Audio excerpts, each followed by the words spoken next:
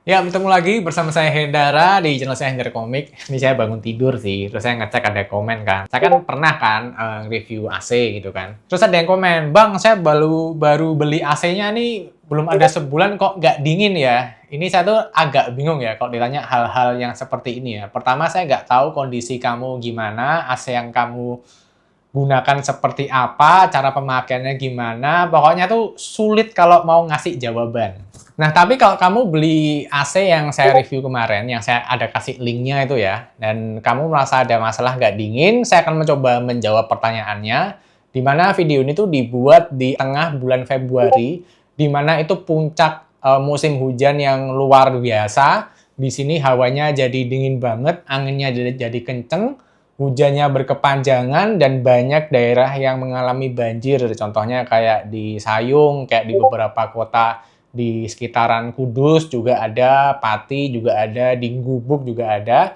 Nah, jadi asumsinya ketika kamu bertanya di waktu ini, buat saya pribadi ada satu jawaban ya.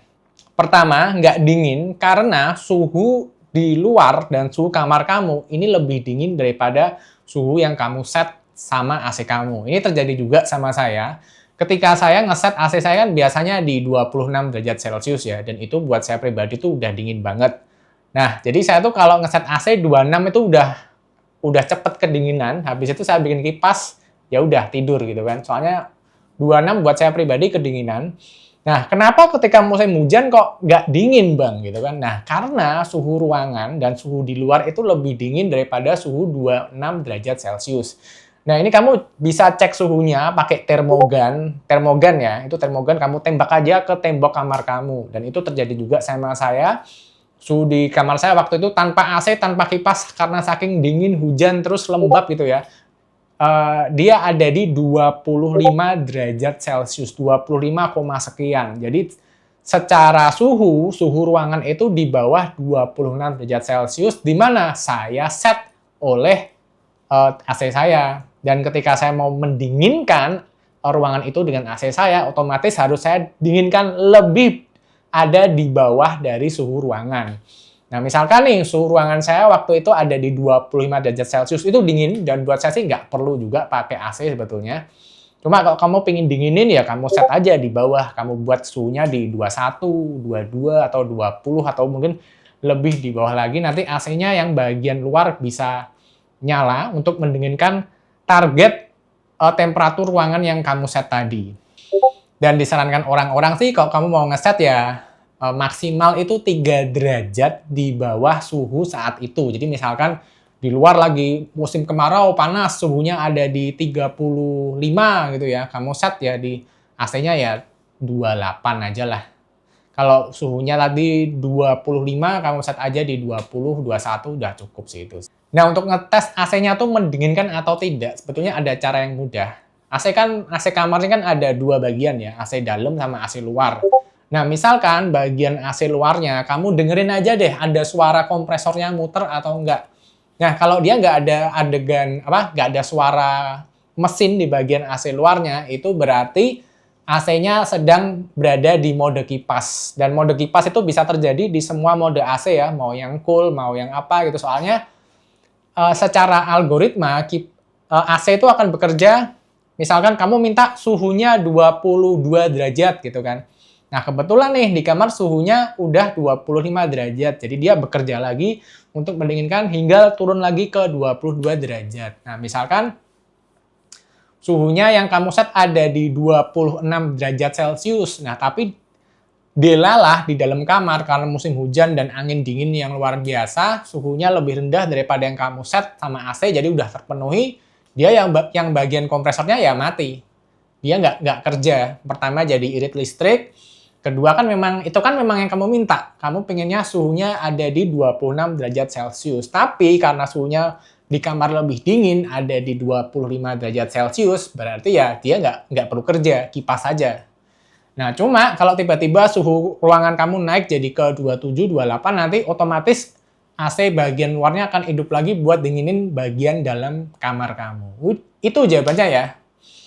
Saya nggak tahu nih jawaban ini bakal bener dan relate sama masalah kamu atau enggak, karena memang pertanyaan seperti itu tuh sulit ya. Kayak kamu ke dokter, Pak, pinggang saya sakit. Nah, ini nggak tahu nih, karena kebanyakan duduk, karena salah posisi, pernah jatuh atau enggak, uras kejepit atau enggak, susah. Hanya bisa didiagnos aja. Cuma kalau saya lihat pertanyaan kamu di kondisi yang seperti ini, yang terpikirkan di kepala saya ya seperti itu jawabannya. Nggak tahu bener atau enggak. Cuma kalau saya mau lebih sharing lagi, kalau AC-nya mungkin dirasa kurang dingin juga, mungkin pertama ada masalah ya di berat badan ya. Karena saya ngerasain ketika berat badan saya turun 5 kilo, AC itu terasa lebih dingin daripada ketika berat saya ada di plus 5 kilo sebelumnya gitu. Jadi mungkin itu juga bisa, atau mungkin kamu habis melakukan sesuatu yang membuat ada terjadi pembakaran di tubuh kamu juga bisa. Cuma kalau tadi pertanyaan yang ada di awal, yang ditanyain, jawaban saya ya karena kondisi cuaca saat ini ya. Soalnya ini memang lagi hujan, di luar juga anginnya kenceng banget, dingin. Saya sampai ini bikin video aja belum mandi saya. Karena ya itu dingin banget. Nanti kalau udah musim kemarau ya nanti paling kamu set ke 26 atau 27 udah bakal dingin lagi. Soalnya kalau Indonesia udah nggak musim penghujan ya bakal panas lagi. Di luar mungkin udah bisa suhunya nyentuh ke berapa ya? 35, 36 atau mungkin 40 kali ya. Jadi segitu pertanyaan yang dilontarkan kepada saya. Saya nggak tahu nih, sekali lagi ya, sorry kalau jawabannya mungkin tidak relate dengan kondisi kamu, nggak relate dengan ekspektasi kamu. Cuma ya saya sekedar menjawab aja, saya sekedar manusia yang mencoba menjawab dan membantu. Dan saya juga rada kesulitan kalau ngetik hal seperti ini karena terlalu panjang kalau diketik. Nanti juga waktu terjadi diskusi juga semakin bingung karena kita pada dasarnya tidak tahu kondisi masing-masing dan situasinya. Jadi segitu aja video yang bisa saya bagikan tentang menjawab satu komen dari kamu.